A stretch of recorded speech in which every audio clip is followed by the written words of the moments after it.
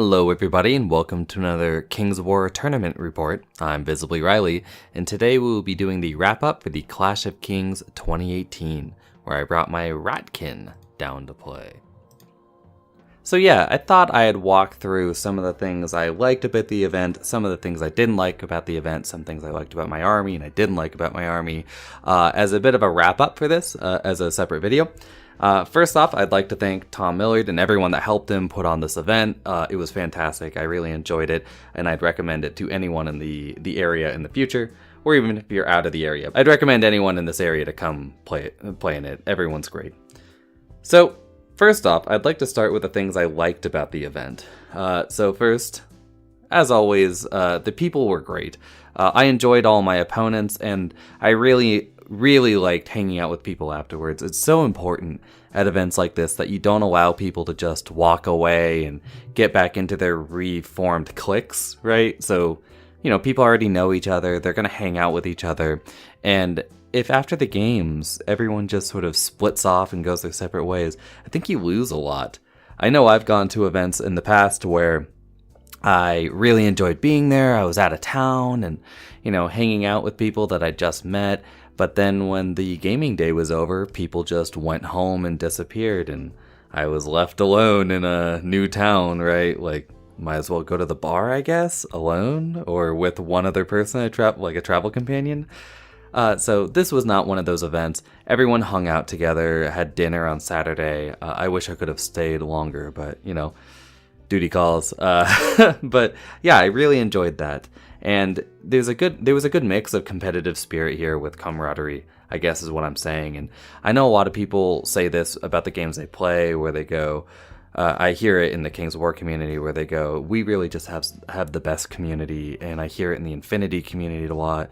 I'm not really that big. I'm not big on that. I see the similarities of these games more than anything else.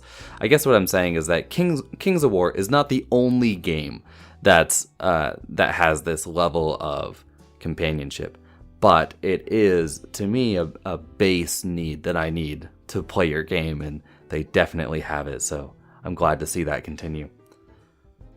Next up, I'd like to talk about the round sheets and just the round organization as a whole. I think Tom did a great job here. He had a bunch of printouts, which I wish I'd taken pictures of, but I didn't. He had printouts for the tables and and then round sheets. And these were very well laid out. They talked about, you know, they clearly defined what the missions were and like what the terrain was and what it did and then how to tabulate the points. And that made it so there wasn't, like, you know, when you get to the table and you forget to talk about, you know, whether the edge, the added bit around a building, maybe the MDF board that it's mounted to, and you go, one player goes, oh, I thought the whole thing was impassable terrain, and the other person goes, oh, I thought it was just the building. That wasn't really a problem here, as it was clearly laid out on a piece of paper next to the table that told you what the whole piece of terrain was. That was just great. Actually, you can see it a bit in the left there in that picture. Anyway, I really like that. Just a great idea. Next up, I really liked the forces, right? The armies that people brought. I love painting. I love looking at fully painted armies. That's why I'm here.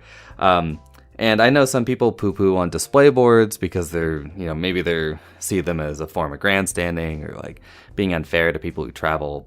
And there is some merit to that last bit. It is unfair to travelers. But at the end of the day, there's always going to be a home field advantage in terms of hobby awards. As, you know, the TSA just is not gentle with these big, like, complicated, flashy miniatures that really catch people's eye and get you those player's choice votes. So there's always going to be a hometown advantage for that. And I don't mind that. I'd prefer to see higher hobby and more hobby than people to hide behind these justifications for not trying to up their hobby. Next up, speaking of painting, there was a painting competition here. I thought it was a great idea. I love minor painting competitions in tournaments. I think it incentivizes multiple levels of painting, which is something we don't see enough of in games. When you talk about like player's choice, or you talk about best army, best painted, you're really talking about a specific skill set. As in, someone is willing and able to paint to a high standard over a high quantity, right? And that's a specific skill set that you are rewarding, as opposed to rewarding multiple skill sets. Like some people want to put all their effort into one model, or some people want to put all their effort into one unit, right? Other people want to put, all that effort into all their units. And I think that incentivizing all these different types, all these, skill levels that people have and all these timetables that people have, it's just not made equal. And the more support you give for that, the more incentive, which is very important, the better. I think that, as I've noticed specifically when I'm talking about Games Workshop, which I know is a dirty word to a lot of you, but when I'm talking about Games Workshop and companies like Mantic, which are obviously heavily based on the Games Workshop model, I hear a lot of people think that hobby is a bad word, right? Or that incentive for hobby is a bad word, because they have this idea that, the same person wins, all the time. So why should I bother, right? Like Bobby over there is just going to win best painted anyway. Or they think that there's some sort of, they don't have that knack for painting. But I'm going to tell you right now, I commission painted for a number of years. It might not look like it for the models I've shown on this channel, but I was for a while there a pretty high-end painter. And that didn't come naturally to me. It was a learned skill, right? Like most things in life, you just sort of learn it. And it took me years to cultivate it, in the same way that I'm sure it took many of you years to learn how to play these games well. And I think it's just a little insulting when people say that, they just don't have the aptitude for painting. It's not about aptitude. Like, two of the most important people in my life that taught me how to paint miniatures, one is colorblind and the other one is legally blind in one eye. So yeah, we're all gonna have to work through these problems that we have and the limitations that we have, but to not try is even worse. So anyway, I guess I'll get off my soapbox. I love painting competitions. Tom had he had two minor competitions. One was for best multi-based unit, and the other one was for best hero/individual. And since I'm about to talk about things I didn't like about the event, I'll just talk about this real quick. It's not the end of the world. This just needs a little bit of refinement for these painting competitions. The rule packet didn't say best multi-based unit, it just said best unit.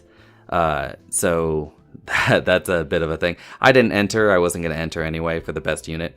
But yeah, you really need to put all your rules in there or not use that rule. Secondly, I think that if you're going to have a hero-based one where you say that people can run, or they can paint whatever hero they want, or individual, you really should just say individual or just say monster, because I've done a lot of these painting competitions and I have helped a lot of them.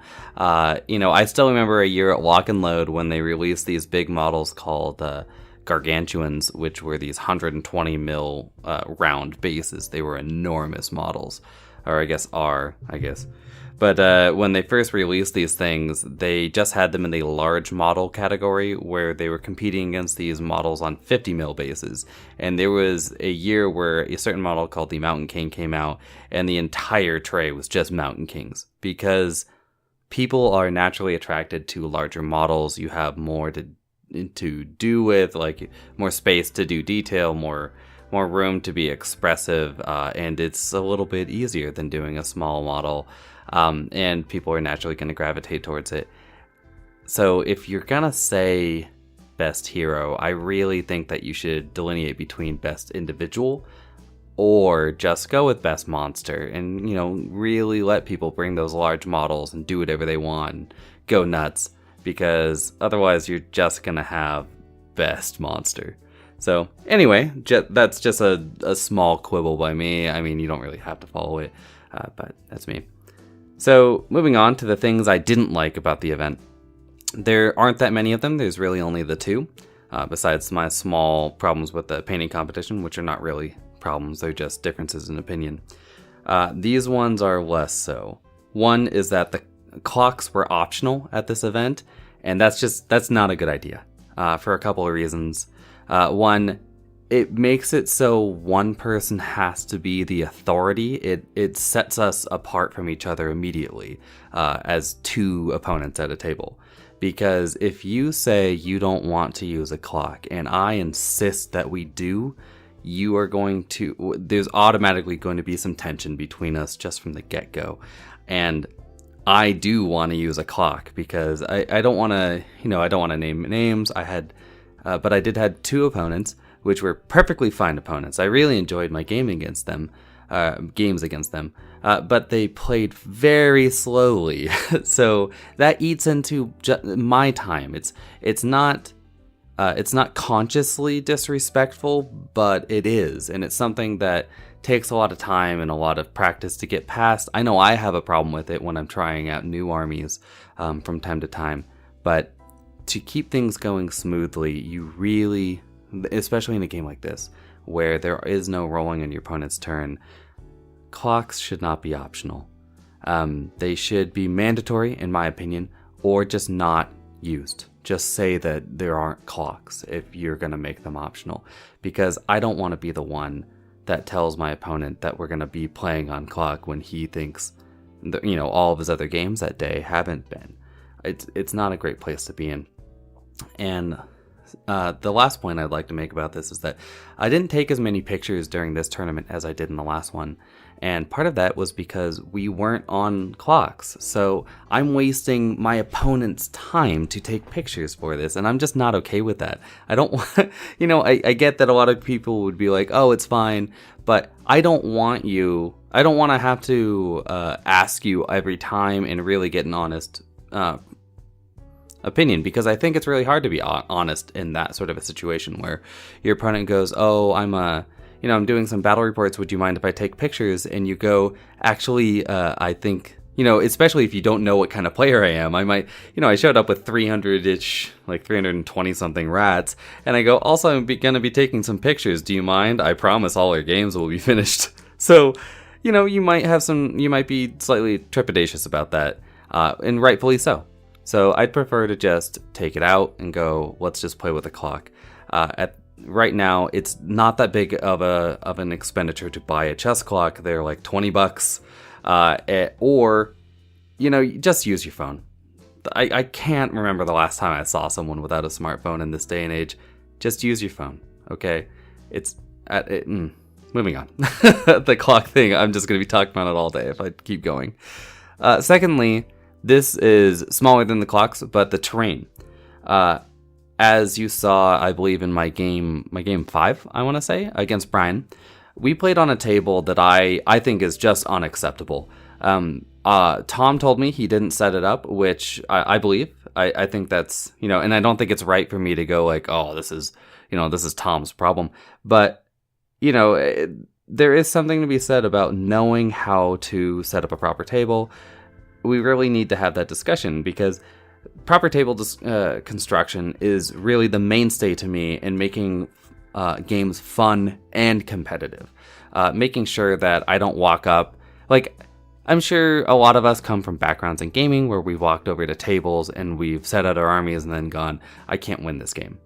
And I'm not saying I couldn't have won that game. Brian definitely, he had me dead. What I'm saying is that I don't want to go to a table where I'm losing due to the table. Like when I played against Brian, he easily outplayed me. But even if he hadn't, I would have been, I think, on the back foot due to the poor construction of that table. There was literally nowhere I could set up where I wouldn't be running into terrain. It was so cluttered. So I was running a horde, granted, that's true. But the inverse would have been true if I was running a gun line. If I had brought an elven gun line or, heaven forbid, a goblin one, I could have just dictated the entire game by hiding behind trees and obstructions, using them to my advantage, and then otherwise just putting my units into these gigantic pieces of rough terrain and just hiding and always having cover against a shooting army versus me, or a combat would always be hindered into the charge. Or, I'm running nature or herd, and now I'm immune to these. That's just not it's not a great idea, okay? That's just my take on it, and I get that I know that Tom talked about the big problem with this table was that we had this giant piece of rough terrain, and he wants to cut that down. I think that's very admirable. But yeah, it was just something that it definitely impacted my experience at this event. That game was Brian, a lesser opponent. I would have probably been in some slightly poor spirits just because I hated that table so much. Thankfully, Brian's a great opponent, so I had a great time. Now, moving on to my list. Let's start with the things I didn't like about my list. One, as we were just talking about terrain, I didn't have any Pathfinder. I had only one flyer, right? So no Pathfinder, no Strider, one flyer. So as I mentioned before, there was that one table that my lack of Pathfinder probably wouldn't have cost me the game, or probably would have cost me the game even if Brian hadn't outplayed me. It's not entirely the terrain's fault. I was betting on some more open lanes to move my units around. I was expecting to have at least 2 lanes where hordes could move relatively close to each other. So, and by relatively close, I mean 8 units of slaves, long. That's what, they're 100 mil each, so that's 800 mil. That's not, I don't think that's a big ask. So, but the tables didn't have it, and I think the onus is not just on construction. I think it's also on my list construction, or table construction. It's also on my list construction, where I made a mistake in not having more Pathfinder, more flyers, more Strider, and yeah, it was just I think a bit of a problem with my list. So, secondly, I'd like to talk about the placement of my combat blocks. Oh man, and by combat blocks I really just mean the 2 hordes of shock troops, the horde of blight, and the demon spawn. Those are the units that actually get work done. The rest of them are just chaff. I mean, technically I think everything's chaff, but that's, I'll digress on that. But yeah, I think that my placement on them was not the best. I get into these problems where I just put out my slave line and then I put my units behind it wherever I think that they could fit and really contribute to the game. But that's honestly just kind of lazy. I do it because I don't want to think too much during my deployment. I don't want to tire myself out before the game begins. But against a lot of these opponents, I played a lot of melee armies, very heavy melee armies, and I still put my hordes behind slaves. Why? They can't do anything there, and it slows me down so much to do that. And against these high-impact melee forces, it's just a waste of my time. So, yeah, I should be treating, against melee forces, it really should just be my hordes go in front, my slaves go behind, and when I need them to chaff things up, they run through my hordes to block things while my hordes charge. But, yeah, I just kept making mistakes like that. And if I'm going to keep playing a horde-based combat, even if I'm going to try some shooting horde, which I might in the future, I really just need to be working better on my unit placement. But that is half the fun of running a horde army. Lastly, I only had the one combat flyer, or the one compact combat unit, really is what I mean. So by compact, I mean regiment or below. So like monsters are the ultimate compact, or I guess individuals are, like Pazuzu. But I just mean compact fighters. Like the Demon Spawn is a great compact fighter. He's only on a 50x50. His flight, 13 attacks, 3s to hit, crush 3. Great unit. Or, like a Demon Spawn, or just a Demon Spawn. And a Dragon is a compact fighter. Or Succubi are compact fighters. Just really good stuff like that. I didn't have any of them in my list beyond the Demon Spawn. And as a player, I just don't think I personally can utilize only having one. I always want to get into a fight. I'm a very aggressive person when it comes to the game. So I think in the future I'll have a few more, or I'm not sure if I'll do it with Ratkin specifically, but in the next iteration of army I play, we'll definitely have some more compact fighters, just because I don't think the one really did it for my style of play. As I was sort of tripping over myself with all these cumbersome, lumbering hordes of shock troops, and then I'd get them into a fight and be like, oh, they only have 25 attacks on. I mean, I'm not going to complain about shock troops, they're amazing. But I'd get into a fight and be like, oh no, I have spent so much time, like spinning around, and then my combat abilities are just slightly above average. Which some of you would be like, slightly above average? What the fuck is he talking about? But I just mean in comparison to like, a legion of ogre warriors hitting you, right? They'll mess your day. They're not that kind of a combat unit. But anyway, so that's all I really didn't like about my list. It was just the normal problems with hordes and the fact that placement is difficult. Moving on to the things I do like about my list, or that I really enjoyed about playing it. It felt like a true horde, which might sound weird. I mean, I had 300 plus models, but bear with me, because I played, like a lot of you, I played Warhammer back in the day. And ever since 8th ed came around, I guess actually my second time into 8th ed, because I quit immediately when it came out. But when I came back around, my armies had been getting smaller and smaller, just more elite, more compact, right? And that's not a bad thing, but I started playing these games, these rank and file games, with these 1,000 model goblin armies, right? I love playing Horde from time to time, and I just missed it. It was nice. I still love MMU and MSU. I think they're both very fun and very effective styles, but it was nice to just put out a million things and dare my opponent to kill them all, which you might have noticed happened more than once. So I like it. It's fun. Secondly, Scurriers. Oh man, Scurriers are the best, assuming that you bring that formation. I'm not sure they're worth it without the formation. Well, I'd be willing to try it in the future, but the formation's so good. Vanguard and Stealth just makes them amazing. I really like them, these small, mobile gun platforms, just throwing out some pip damage here and there, and then getting in the way, because they're only 130 points with the bows, 110 with the thrown weapons. Honestly, if they had Vanguard with thrown weapons, I would bring those 110 points. I'd bring as many as I could. But yeah, I really liked them. I thought they were great fun. And in the future, I'll probably be looking for more of these fast, nimble shooting units. Like I'm looking at, elves right now, and I might build a Silver Breeze. Silver Breeze, are those the fast cav? The fast cav units. Or I've had a Dark Elf army for 10 years that I could bring out and do much the same with the Heralds of Woe. I could put the Shadows, I want to say, which are basically just Scurriers, but slightly better. So yeah, I'm really looking forward to playing with units like that in the future, and probably Scurriers in the future. I love Scurriers. Next up, the last point I'd like to make is about inspiring. Now, in this tournament, I only had 2 sources of inspiring, and in fact, I only had the 2 characters, I believe, which is, I love that. That's a style of play I really enjoy.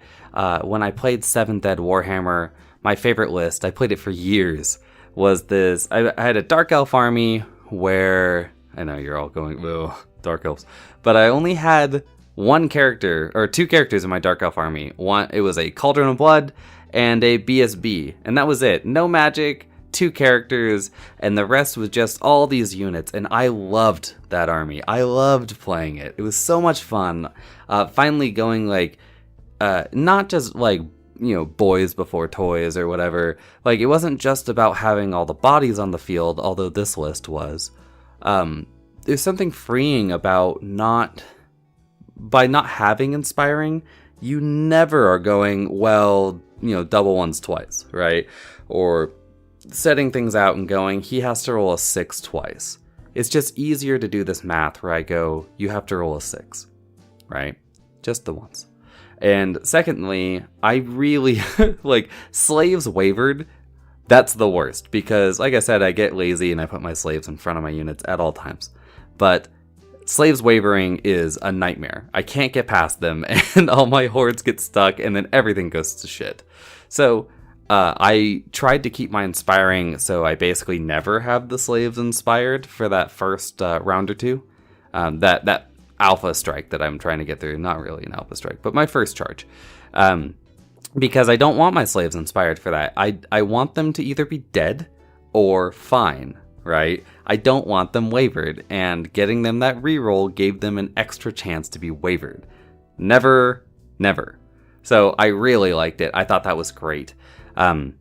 And in fact, I've done it in the past. I've run several lists with only 2 inspiring, but never a list this big with only 2 inspires. And I think a lot of people will be like, well, how do you run, like, one of the problems with this Horde is that you have to have inspiring stretched everywhere. And I'm like, well, I have to have inspiring on my combat units because I have very few of them, but they tend to stay together because they can't really take anyone on their own. They're not Varangar. So instead of wasting points on inspire, I just said, fuck it, kill them, right? Like, by the end of this tournament, I think I was really keying in on something that's good for this army, which is sometimes you just put no inspiring on a flank and you just throw units over there and go, yeah, I mean, you can easily kill them, but you'll have to waste resources, right? I'm looking for you to spend turns with this army. I don't think I can outfight you. I don't think I can outshoot you, and I definitely can't do a combination of the two. What I'm looking for you to do is to run out of turns to fight me, right? I want you to just throw your shots into a unit and go, I need to make sure it's gone, because otherwise the Vermintide will get all the way to my rear, or there are so few scurriers over there, oh, I should shoot into them because they're not inspired. It's just, oh, I had 3 characters. I lied. I had 3 characters. The assassin. Never count them. But yeah, I loved it. I had a great time with the low numbers of inspiring here. It really worked out, and I'll probably be doing something like that soon. Although maybe I'll go back to some heavier inspiring. It depends on the army. With the more elite you get, the more inspiring is worth it, because your units are worth keeping around. When it's all tunnel slaves, no one cares. Anyway, that's about it. Next, I'm not sure if I'll have a report for you next week, as it's busy. I'm busy. But the second I do, you'll probably see something new, whether that'll be Ratcan in a new type of list, or just a new army altogether. We'll see. But I hope that you stick around till then, and next time. Later.